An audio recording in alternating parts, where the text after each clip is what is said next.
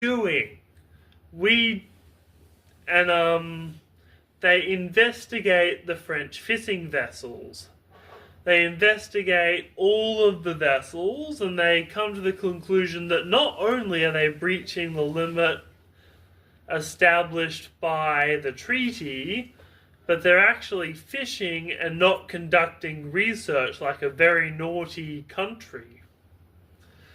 So, the French decide, hey, we're gonna draw our vessels back for a bit, and then they immediately applied for another scientific research license.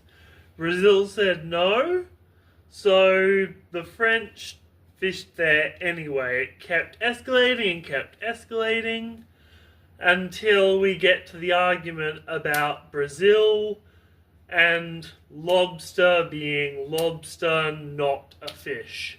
You see, France argued that lobster, they are a fish because they can jump on the sea and they can.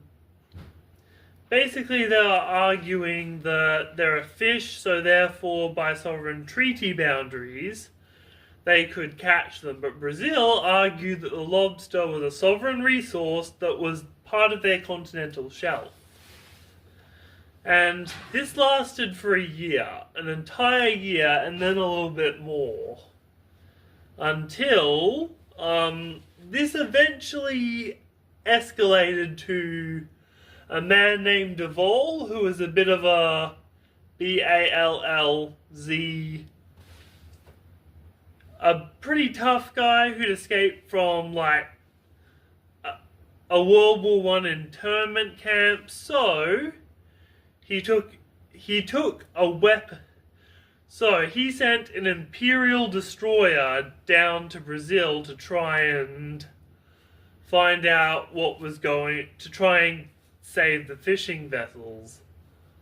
So Brazil seized the fishing vessels, and thankfully the captains of those vessels are smart enough not to provoke a war over some sea spiders, some crab things, some lobster.